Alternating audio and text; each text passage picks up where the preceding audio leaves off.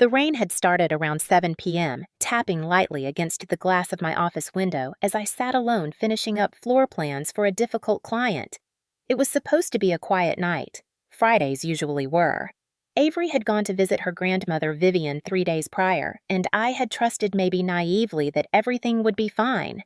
After all, despite our history, Vivian had insisted on reconnecting with her granddaughter, and I thought perhaps for once she truly meant it.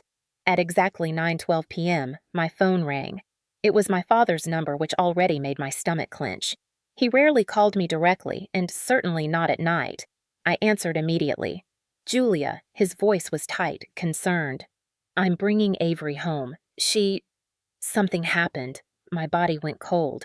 What do you mean something happened? Is she okay? There was a pause. She's scared. She won't talk much, but she has bruises and she asked me to take her to you. 15 minutes later, I opened the door to find my father standing there in his old raincoat and Avery clinging to his leg. She looked up, eyes red and swollen cheeks streaked with dried tears, and when I reached down, she launched into my arms like a lifeline. "Mommy," she sobbed. "Grandma hit me again. She said I ruined everything." My heart cracked. My 6-year-old daughter, the kindest soul I'd ever known, trembling in my arms. With fear she had no words for. I pulled her into the apartment and shut the door. Dad lingered unsure whether to stay or go. I looked at him. "What happened? Tell me the truth." He looked ashamed. "I left her with your mother while I ran an errand." When I got back, Avery was crying.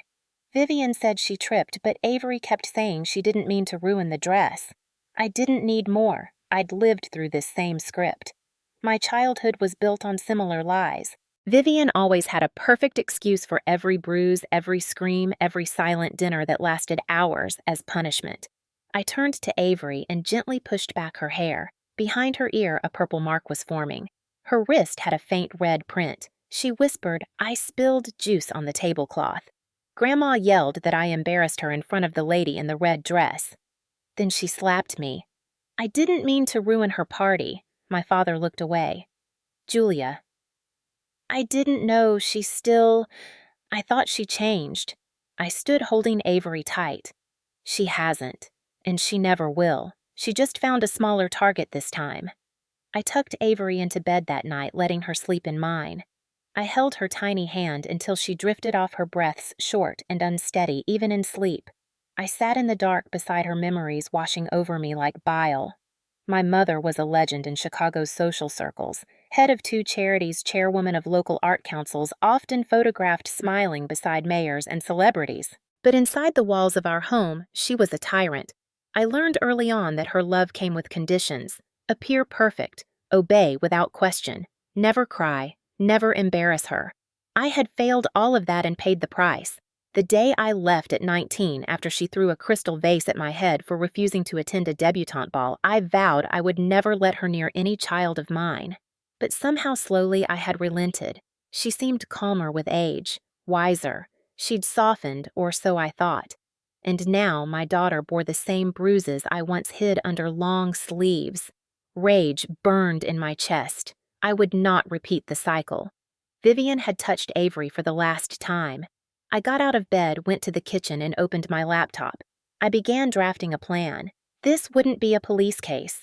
Vivian was too smart, too connected. She would spin it, destroy the evidence, and paint Avery as an emotional child with an overprotective mother. No, this had to be public. It had to be seen. And it had to be undeniable. The woman who preached compassion in front of cameras would have her mask ripped off in front of the same lenses she adored. This time there would be no locked doors, no silence, no forgiveness. This time I would be the one holding the power. I sat in the dim glow of the kitchen light, staring at the cursor blinking on my laptop screen, but my mind had already left the room. It had gone backward to my childhood bedroom with its pristine white bedspread, the smell of lavender polish, and the stifling silence that followed every minor mistake. Vivian never screamed in front of people. She didn't need to. Her punishments were precise, surgical, and designed to break you quietly. When I was 6, the same age as Avery now, I had spilled ink on her antique writing desk. She didn't speak to me for 4 days. No eye contact, no meals at the table. No answers to my frightened apologies. I ate saltine crackers I hid in my drawer and cried myself to sleep not knowing what I had done except disappoint her. When she finally spoke again, it was only to say, "That will teach you to be more careful." I remember how proud she looked the next day at church, receiving compliments about how well behaved I was. My silence, my fear, was interpreted as obedience. People adored her. They thought she was charming, articulate, generous. She built community centers. She hosted fundraisers, and she kept me on a leash so tight it strangled any sense of self I tried to build. I once told a school counselor that my mother never hugged me. She called my mother in for a meeting. That night, I found my journal pages shredded and scattered across the floor, my closet door yanked off its hinges. Vivian told me, "You want to act like a victim? I'll show you what victims really get." The next day, I smiled through a family photo shoot with a sprained wrist and a dress 2 sizes too small because she said I needed to look slimmer. That was the rhythm of my childhood: perform, suppress, obey. When I turned 16, I started working at a florist down the street just to get out of the house. I saved every dollar, planned my escape like a prisoner chipping away at concrete walls. At 19, after the vase incident, I left for good. I lived out of a friend's basement for 3 months, worked nights, studied online, and slowly clawed my way to a scholarship at Northwestern. I never looked back, never visited, never called, until Avery was born. Something about becoming a mother made me want to believe that people could change. Maybe it was guilt. Maybe it was loneliness. Or maybe somewhere deep down, I hoped that Vivian would see in Avery a second chance to love someone purely. For the first few years, it worked. Vivian played the doting grandmother. She bought toys, visited on birthdays, even sent handwritten notes. I kept the visits supervised, always short, but slowly she began asking for more time. "Let me take her to the museum. Let me watch her while you go to that conference. You need rest. You deserve a break." I wanted to believe her. I let Avery sleep over once. She came back quiet. I asked if anything was wrong. She said no, just tired. It happened again after a weekend visit. Then again. She began waking at night, crying without cause, flinching when I raised my voice during a bedtime story. And now this, a mark on her face, a bruise on her wrist, the same patterns, the same silences, the same shame. No, I would not allow Avery to grow up believing pain was the price of love. I poured myself a cup of coffee and opened the secured drive where I kept old recordings from design projects. I knew a technician who had helped me install concealed cameras in showrooms. I texted him, "Do you still have access to button cams?" Something discreet, portable, no Wi-Fi needed. He replied within 5 minutes. "I have better. Wristband, hair clip, even locket cam. What are you trying to catch?" I paused. The truth. He offered to deliver them in person the next day. I didn't sleep that night. I sat beside Avery, watching her twist under the sheets, murmuring in her dreams. In the morning, she asked if she still had to go back to Grandma's. I said no, not ever again without me. She smiled, relieved, and whispered, "Can I wear my new bracelet today?" I nodded. "Of course. It's special. And it's just for you." The bracelet was one of the cameras.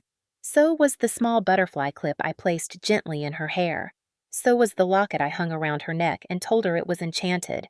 Vivian wouldn't see it coming. She'd never imagine I had turned Avery into a witness, a recorder, a mirror. And once the mirror showed the world her real face, she would finally be seen for what she truly was. Not a philanthropist, not a mother, but a cruel, manipulative woman who only knew how to break the things she couldn't control. And this time, she wouldn't break us. The next 2 days passed with a strange calm, like the stillness before a storm. You know is coming, but can't predict. Avery stayed home with me as I adjusted my meetings and client calls around her presence. She colored quietly in the living room, sometimes glancing toward me with a look that was both curious and cautious, as if trying to decide whether it was safe to speak. I didn't press her. I just stayed close, gave her space, and watched. That afternoon, as sunlight spilled across the kitchen tiles, she asked softly, "Why did Grandma say I make everything worse?" I knelt beside her. "Because Grandma doesn't know how to love people the right way," I said carefully. She thinks love means being perfect all the time, and when people aren't perfect, she gets angry. But that's not real love. Real love means staying kind even when someone spills juice or makes noise or forgets things. Avery thought about that then, nodded slowly. I like your kind of love better. I smiled, but inside, I burned. She shouldn't have to choose between types of love at 6 years old. She shouldn't know what it feels like to be told she ruins things. She shouldn't have bruises under her sleeve or tremble when she hears a door open too fast. That evening, I reviewed the footage from the devices. The bracelet cam had picked up muffled conversations from the last day at Vivian's house. Harsh tones, phrases like, "sit still," or "I'll take that away, and you already ruined the living room once." Not yet enough for the world to believe me, but enough to confirm what I feared. I needed more. Something indisputable. Something public. Vivian's annual charity gala was 3 weeks away. It was a glittering event at the Goldridge Hotel, attended by city officials, donors, journalists, and cameras from every network. I had never gone. Not once. But this year, I would. I would buy a table. I would dress to perfection. I would stand in front of everyone she had ever fooled and show them the truth. But first, I needed an invitation. I called her that night. Her voice was honeyed performative, but her surprise was real. "Julia, what a surprise. Is everything all right?" "Actually, yes. I've been thinking. Maybe we could try again. For Avery's sake. I know I've been distant." She paused. "I'd like that. Truly. I thought I could come to the gala this year. Maybe sponsor a table you sponsor." She let out a delighted laugh. "That would be wonderful. I'll have the committee send over the forms. You'd be the highlight of the evening, darling." I smiled into the receiver. "Let's make it memorable." Over the next few days, I ordered a gown, arranged hair and makeup, and met with a digital forensics consultant who specialized in timestamp verification. I handed him all the video footage from Avery's devices. "I need these authenticated. I need a copy I can show in front of 100 people without legal blowback." He studied the files, then looked at me. "This is rough, but it's damning." "You sure you want this public?" "I'm sure." I reached into my purse and added, "And I want it to autoplay the moment I speak the word truth. Can you rig that?" He smiled, with pleasure.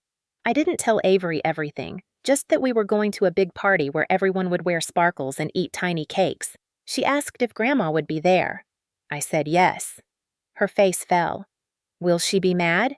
"She might be surprised," I said. "But I'll be there the whole time. And she can't hurt you anymore." "Can I wear the butterfly clip again?" she asked. "Always," I told her, brushing her hair gently. "It's our secret friend." The clip now held a higher resolution mic, discreetly upgraded. Every step I took was calculated, methodical, but beneath it all was a familiar tremor. I was walking back into the mouth of the beast. I was inviting a confrontation that had defined my life once already. But this time, I wasn't a child. I had power. I had proof. And I had something Vivian would never be able to reclaim once lost her image, her carefully curated, spotless reputation, the one she loved more than anything, even more than me. I would take it from her in the most public way possible.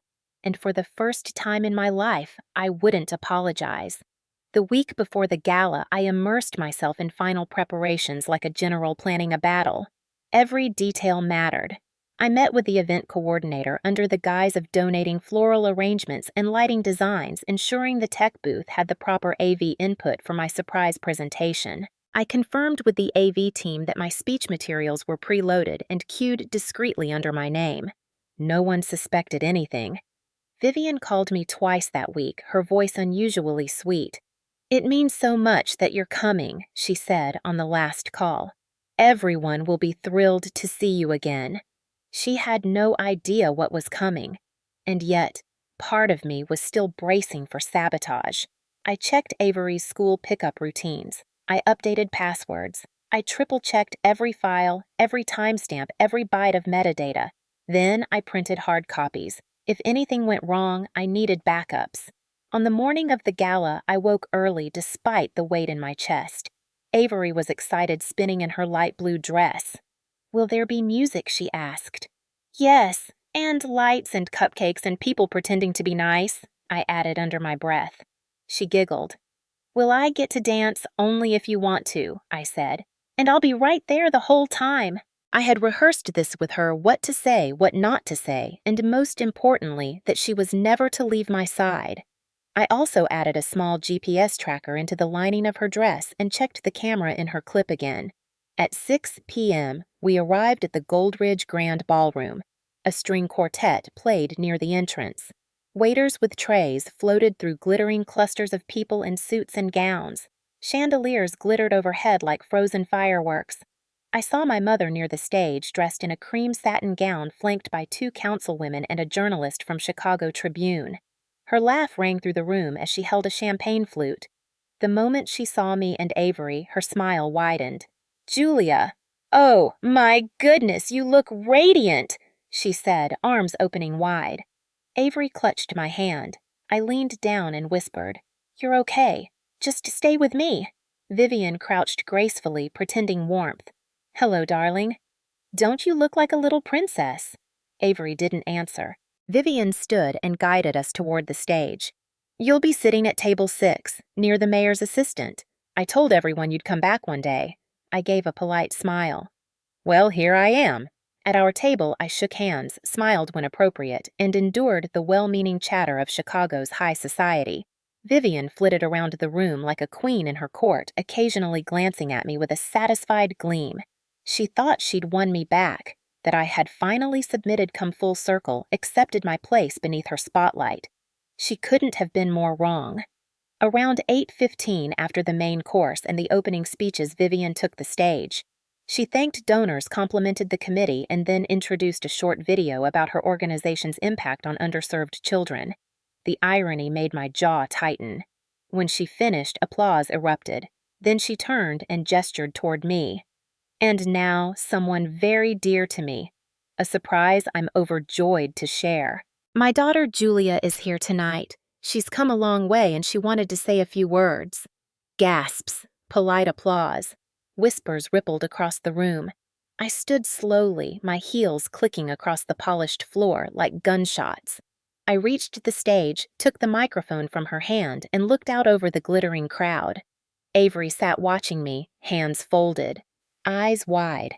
Vivian stepped back, beaming, like she'd just won a trophy. I tapped the mic. Good evening. I know most of you know my mother as a philanthropist, a public figure, someone who has uplifted this city. I used to know her as someone else. I turned toward the AV booth and said clearly, Play truth. The ballroom screen lit up. The first video showed Avery sitting on the couch whispering, Grandma said I embarrass her. The next clip was shakier but unmistakable. Vivian slapping Avery's hand and hissing, You ruined my evening. The final clip was audio only. Vivian yelling, You'll sit still or you won't eat again tonight. Silence. The room was frozen. Then murmurs. Shuffling. Vivian's face had gone pale, her hands twitching. This is slander, she snapped. It's not real. I met her gaze. It's all real. And it's only a fraction of what you've done. Not just to Avery, to me, for years. She tried to grab the mic. I stepped back. You built an empire of sympathy. But your house was built on bruises and fear. You taught me to be silent. I'm done being silent. A woman in the back clapped. Then another, and another. Vivian's eyes widened. You ungrateful little, her voice cracked. You'll ruin everything I've built. I looked at her, finally calm. Then maybe it never deserved to stand. I turned back to the mic. Avery is safe now, and I will make sure she never learns to measure love by how well she hides her pain. I stepped down from the stage, my heart racing as the applause rose behind me. It wasn't thunderous, but it was real. And Vivian just stood there trembling in her gown with no script left to read from. As I stepped off the stage, the applause gradually tapered into an uneasy silence, punctuated by the buzz of whispers and the discreet flickers of phone cameras capturing Vivian's frozen expression. I didn't look back. My only focus was Avery, who sat quietly at our table, hands folded in her lap, watching everything. When our eyes met, she gave me the smallest nod, a silent confirmation that she had heard every word and knew it was for her. I reached her and knelt beside her chair. "Are you okay?" I asked softly.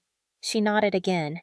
"You were brave," she whispered. "You said it, all of it. I promised I would," I said, brushing a strand of hair from her cheek. "And no one will ever call you a burden again." Before I could stand, a shadow loomed over us. "Vivian." Her face had gone from pale to red, and her voice trembled with barely controlled rage as she leaned in. "How dare you humiliate me like this in front of the entire city?" She hissed, her lips barely moving. "You have no idea what you've done." I stood slowly, meeting her eyes. "I know exactly what I've done. I told the truth. Something you've spent your entire life avoiding." Her voice sharpened. "You want revenge? You think this makes you a hero?" No one's going to believe a disgruntled daughter with a grudge and a child who's clearly emotionally unstable. My fists clenched at her casual dismissal of Avery. The only unstable person in this room is the woman who can't control her hands or her temper. A group of board members nearby turned toward us, pretending not to listen while clearly hearing everything. Vivian noticed. Her expression shifted rapidly, panicked, calculating. "Let's not make this worse," she said, her voice slipping back into its soft public tone. "Come into the hallway with me. Let's talk like civilized people." "No," I said without hesitation. "Whatever you want to say, you can say it here. In front of all the people you've fooled for decades." Vivian's mask cracked again. Her lips curled in a near snarl, and for a moment I saw the woman from my childhood, the one who stood over me with clenched fists, the one who shattered my self-worth with one glare. But I was no longer a child. "You just threw away everything I offered you," she spat. "My connections, my protection, my forgiveness. I don't need anything from you," I replied. "Not your protection, not your money, and certainly not your forgiveness. I'm not the one who needs to be forgiven." She turned to Avery. "I've done more for you than you'll ever understand," she snapped. "You wouldn't have half your success if it weren't for me raising you the way I did." Avery flinched, but I stepped in front of her, blocking Vivian's line of sight. "You didn't raise me. You broke me, and I rebuilt myself in spite of you." The press had begun to circle, sensing the tension cameras discreetly raised. I took Avery's hand and turned away. "We're done here. You'll regret this," Vivian called after me, her voice trembling now with something that sounded suspiciously like desperation. "You're still my daughter." I paused but didn't turn around. "Not anymore," I said, clearly loud enough for the entire ballroom to hear. "Tonight, I choose to be Avery's mother instead of your daughter." I walked out of the ballroom with Avery by my side. Reporters began shouting questions, but I ignored them. The air outside was sharp, cool, and honest. My heels clicked across the pavement as we headed toward the car, and for the first time in years, my steps felt grounded. In the car, Avery looked at me. "Is Grandma going to hurt us now?" "No," I said. "She's powerless now. Her words won't work anymore. Her image is shattered." Avery looked thoughtful. "She yelled at me like that in her kitchen, and then smiled when people came over." "She's good at pretending," I said, "but the pretending stops now." I drove us home through quiet streets lit by street lamps. Avery dozed off halfway, her head resting against the window, her breathing even. I glanced at her in the rearview mirror, and my heart clenched not with fear or pain, but with a fierce sense of clarity. She would grow up free. She would never wonder if she was enough. She would never have to earn love by being silent. The next morning, the headlines exploded. "Charity Queen exposed by her own daughter," read one. "Gala turns into scandal as abuse allegations surface," read another. The footage had been uploaded anonymously to several platforms. Thousands of views, thousands of comments, support, outrage, demands for investigation, calls from the mayor's office, from donors, from journalists. The foundation Vivian built began to unravel. Board members resigned, sponsors pulled funding, Within 72 hours, she was forced to step down from every public position she held. She released a statement blaming family disputes exaggerated in a moment of emotion, but no one bought it. Too many people had seen the truth, and unlike before, this time the truth stuck. I received dozens of calls, emails, interview requests. I turned them all down. This wasn't about me. It wasn't about headlines. It was about safety, about reclaiming peace for the little girl who once cried herself to sleep in silence, and for the new little girl who no longer had to. That night, as I tucked Avery into bed, she looked up and whispered, "I'm not scared anymore." I nodded. Me neither. She wrapped her arms around my neck and added, "Can we paint my room purple tomorrow?" I smiled. "We can paint it any color you want." For the first time in a long time, we both slept without waking from nightmares. Vivian's empire had crumbled, and in its ruins we began building something better. Quietly. Together. Without apology. 3 days after the gala, the city's social landscape shifted like tectonic plates. Vivian's name, once synonymous with elegance and influence, became a headline dipped in scandal. News segments dissected every frame of the video I had released analyzing my speech. Avery's reaction, the audio from the hair clip, and the coldness in my mother's voice as she dismissed her granddaughter's tears. Even outlets that had once celebrated her as a model of grace began using terms like emotional abuse and generational trauma. The shift was immediate and irreversible. I stayed silent publicly. I didn't do interviews. I refused to add fuel to a fire that to me had already burned too long. My phone buzzed with calls from family I hadn't heard from in years. Some offered support, some were furious. One aunt left a voicemail hissing, "You destroyed your own mother." Over what? A tantrum from a 6-year-old. I deleted it without replying. I knew exactly what kind of woman she was defending, and I'd spent too many years being told my memories were exaggerations, that my bruises were clumsiness, that my fear was sensitivity. But Avery didn't deserve to inherit that silence. Meanwhile, I had Avery's school counselor refer us to a trauma-informed therapist. We started attending weekly sessions together and separately. At first, Avery was shy, hesitant, hiding behind me and barely speaking. But slowly, her voice returned. She began to draw again. She painted herself as a bluebird soaring above clouds. The therapist told me she was progressing faster than expected, largely because she felt safe.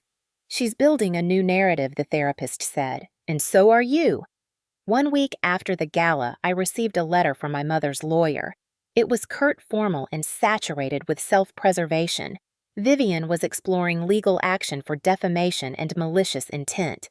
I read it twice calmly, placed it on the kitchen counter, and forwarded it to my attorney.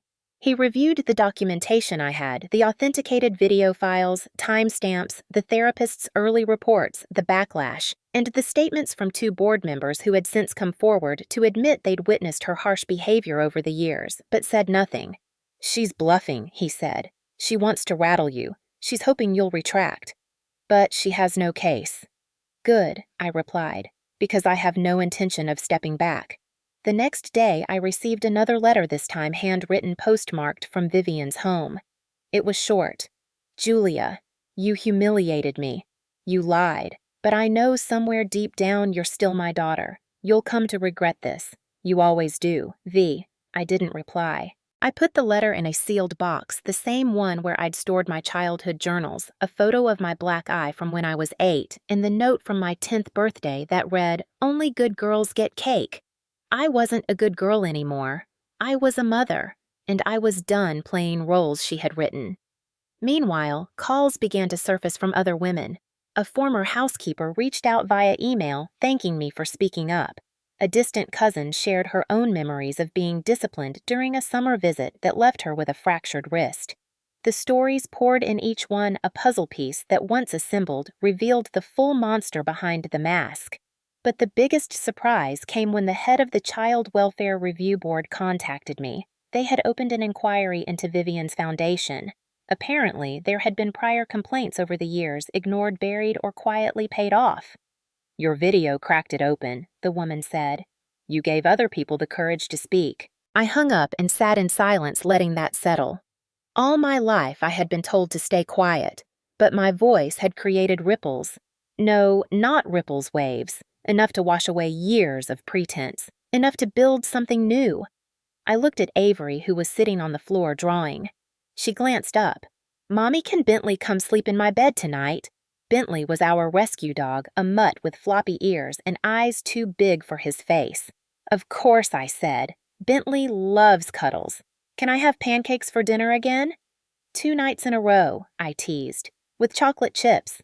"Yes, but only if we add strawberries this time." "Deal." That evening, while the batter sizzled and the dog barked at squirrels outside, I felt something I hadn't in years. Not victory, not vindication, but steadiness. Like we were finally standing on ground that wouldn't collapse beneath us. The next weekend, I took Avery to the lake. She wore a blue scarf and ran barefoot on the sand, yelling into the wind. "This is my voice," she screamed. "My voice!" And then she laughed, loud, wild, fearless. Strangers turned and smiled. I felt tears prick the corners of my eyes. I remembered being her age, whispering secrets to my dolls, terrified someone would hear. I remembered being punished for being too loud, too curious, too much. But Avery, she was claiming the air, and no one was going to take that from her again. On the drive back, she asked me, "Mommy, are you my forever mommy?" I reached for her hand and squeezed it. "Forever and ever," I said. She smiled. "Even if I get loud again, especially then." That night, I opened my computer and wrote a letter. Not to Vivian, not to the board, but to myself, to the girl I used to be. I wrote, "You survived, and now your daughter is free." That is enough. I printed it, folded it, and placed it in the same box where her letter sat. It didn't erase the past, but it sealed it. And for the first time in decades, I no longer felt the need to reopen it. 2 weeks after the gala, my phone rang with an unfamiliar number. I hesitated before answering, already bracing myself for another journalist, another accusation or worse, another veiled threat from someone who still believed in my mother's fiction. But it wasn't any of those. "Ms. Hartwell, this is Detective Lauren Ellis, Chicago PD, Family Investigations Unit. We'd like to speak with you regarding multiple reports filed recently that may relate to your mother's foundation." I sat down slowly, my heart suddenly heavy with both dread and a strange sense of justice stirring beneath. "You're saying others came forward?" "Yes, ma'am. Some cases go back 10 years. We have testimonies from former beneficiaries, volunteers, even 2 ex-board members who witnessed or experienced patterns of emotional and physical abuse, especially targeting underage girls during mentorship programs." My hands clenched the phone tighter. So it wasn't just me. It wasn't just Avery. "No," she said plainly. "And your footage helped reopen several of those complaints." She asked if I'd be willing to make a formal statement. I agreed without hesitation. The interview was scheduled in a quiet, windowless room at the precinct. I brought everything: copies of recordings, the therapist's notes, my history, and a list of others who had reached out to me privately since the gala. I sat for over 2 hours answering questions, walking them through years of manipulation and invisible bruises, not just on my body, but on my sense of self. And when I left that room, I felt lighter. Vivian hadn't just lost her public image. She was now under official investigation. That night, I told Avery that the police were talking to people about Grandma. She grew quiet for a moment, then asked, "Does that mean she might go to jail?" "Maybe," I answered honestly, "but even if she doesn't, she won't be able to hurt anyone else." Avery nodded slowly. "Good, because I don't want anyone else to cry like I did." I kissed her forehead. "Neither do I, sweetheart." The following week, news broke publicly that the Chicago PD had launched a formal inquiry into the Hartwell Foundation. Sponsors withdrew completely. Vivian's name was removed from the board. She was no longer invited to public events. Her photos were quietly taken down from city buildings she once funded. But she wasn't done yet. My lawyer received a packet Vivian had filed for grandparent visitation rights. I stared at the paperwork, stunned at the audacity. After everything, she still wanted access to Avery, not because she missed her, but because she needed to win. It wasn't about love. It never had been. It was about control. My lawyer was calm. "She won't get it. The evidence is overwhelming, but she wants you to know she's still here, still fighting." Then let her try, I said. Let her see what happens when she pushes a woman who no longer fears her. We went to court 3 weeks later. The hearing was brief. The judge reviewed the video recordings, the therapist evaluations, the police testimony. Vivian's lawyer attempted to argue rehabilitation, citing her years of public service. But it fell flat. Her past could no longer shield her from her present. The judge denied visitation rights permanently. As we left the courthouse, I saw her across the hallway, seated alone on a bench. She looked older, smaller, her mouth drawn tight, as if holding back all the venom she used to spit so freely. For a second, I expected her to look up and glare to hiss something cruel, but she didn't. She just sat there staring ahead at nothing. Avery tugged my sleeve. "Is that her?" she asked. "Yes," I said quietly. "She looks sad," Avery observed. "She is. Because she can't yell anymore." I thought for a moment. Because she lost something she never thought she'd lose. What us? We walked away together, hand in hand, leaving the building behind. Life began to settle. Slowly. Gently. The foundation I had once built to survive was being replaced by something firmer. I took fewer work contracts. I spent more time at home. I began teaching a local design course to young women from shelters, helping them use space as expression. One of them asked me during class, "What made you become a designer?" I paused before replying. Because I grew up in a house where everything looked perfect, but nothing felt safe. I wanted to create places that are both. That night, Avery helped me bake cookies. She cracked the eggs herself, wearing a chef hat that was too big and kept slipping over her eyes. As we cleaned up, she looked at me and asked, "If I ever have a daughter, will she get to meet Grandma?" The question hit like a quiet thunderclap.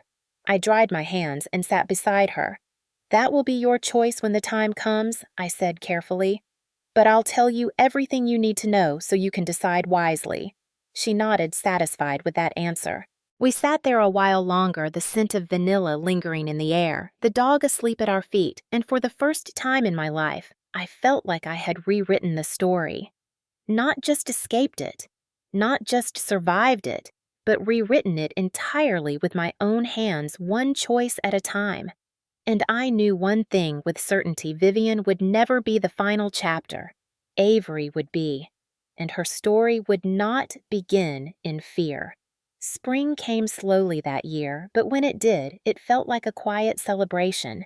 The trees outside our new house bloomed with white blossoms, and Avery took to calling them hope petals, scattering them through the yard and pretending they were magic. We had moved just on the edge of the city to a modest one-story home with large windows and a sun-drenched porch. It wasn't extravagant, but it was ours.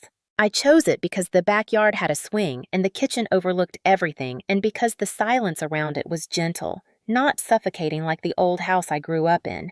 Avery decorated her new room herself. Purple walls, silver stars, her drawings framed and hung proudly. She put her butterfly clip in a glass box on her dresser, like a relic of the past, not forgotten, but honored. I didn't question it. She'd earned that decision. One afternoon, as I was sorting through paperwork for the final custody filings, a knock came at the door. When I opened it, I found a courier holding a package wrapped in brown paper. No sender name, just my address and my name written in elegant cursive. I took it inside cautiously and opened it.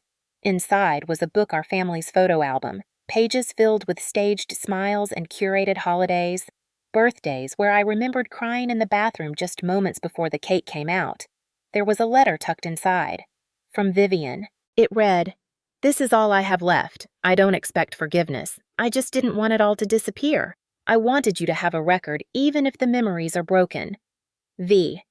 I closed the album. I didn't cry. I didn't rage. I just placed it on a high shelf and walked away. Avery never asked about it, and I didn't offer. Some stories can remain unwritten until the right time. That night, I tucked her into bed as usual. "Do you want your nightlight?" I asked. "No," she said, curling under her unicorn comforter. "I'm not scared anymore." "I know," I said, brushing her hair. "But the light's still there if you want it." She smiled. "That's okay. I have you." I turned off the light and sat beside her for a while. The quiet wasn't heavy. It was warm, like a blanket we had both earned. Later, when she had fallen asleep, I stood in the hallway looking at her door, painted yellow now, with her name in glitter letters. Behind that door, a little girl slept without fear, in a house without shouting, on sheets that smelled like lavender and not control. Down the hall was my office where sketches and ideas now filled the corkboard designs for a new space I'd been planning. A center for mothers and daughters rebuilding from the ashes. I was naming it Haven and Hearth, a place for stories to be told, for rooms to feel safe again. I didn't need Vivian's name, her money, or her network. I had my own voice now and a story that others needed to hear, not because it was dramatic, but because it was true. A few weeks later, I received another email from the city. Vivian had quietly sold her penthouse. Rumor was she'd moved out of state. No forwarding address, no press release, no farewell event, just gone. A chapter closed, not with fury, but with fading. I told Avery. She simply asked, will she send another letter? Maybe, I said, but we don't have to read it. Okay. And that was the end of it. Not explosive, not tragic. Just a quiet choice to keep walking forward. I began journaling again, not out of obligation, but as a way to remember how far we had come. I wrote about the first night Avery laughed in her sleep. The first time she ran to me at school pickup shouting, "Guess what, I made a new friend." The morning she climbed into bed with me and said, "Mommy, I had a dream and you were a superhero." I wrote it all down. Not because I needed proof, but because I never wanted to forget the feeling of building a life out of truth, not performance.